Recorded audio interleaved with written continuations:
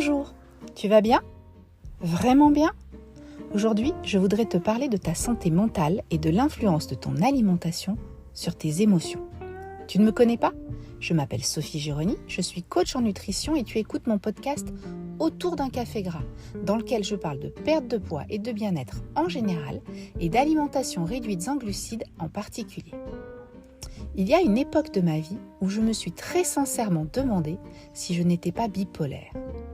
Je passais d'épisodes d'enthousiasme démesuré à des vagues de désespoir où tout me semblait tellement lourd à porter, j'étais à fleur de peau. Et puis c'est passé, sans que vraiment je ne m'en rende compte, mais mon énergie et mes humeurs se sont stabilisées, je suis devenue plus sereine, moins sensible aux événements, moins anxieuse.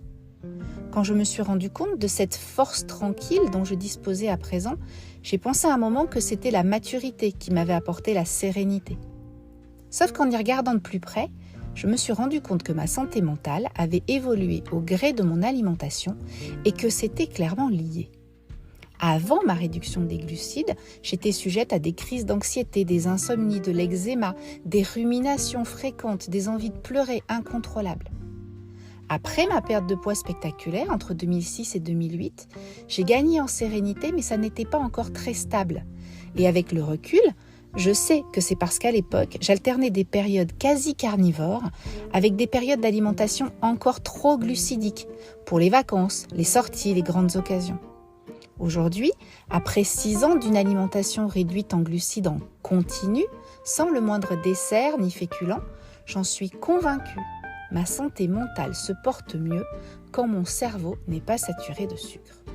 Bien entendu, cette intime conviction ne sort pas de mon chapeau. J'ai lu pas mal sur le sujet et je suis tombée sur tout un tas d'études intéressantes qui relient l'alimentation, l'inflammation et la santé mentale. On sait désormais, par exemple, que le sucre cause l'anxiété, qu'une carence en protéines peut accroître la dépression, que l'inflammation, liée aux farines raffinées et aux graisses trans, peut causer des compulsions alimentaires, qu'une dysbiose au niveau du microbiote peut modifier la chimie du cerveau et donc de nos humeurs. Bref, ton alimentation ne joue pas que sur ta silhouette.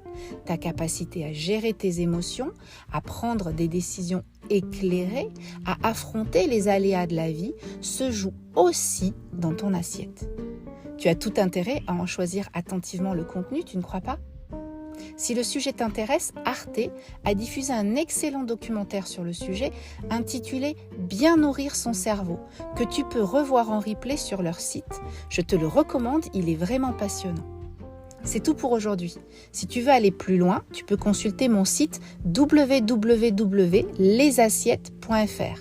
Tu y trouveras des informations, des ressources et des recettes pour mettre en place une alimentation réduite en glucides sans prise de tête. N'hésite pas à me dire ce que tu as pensé de cet épisode dans les commentaires et à très bientôt.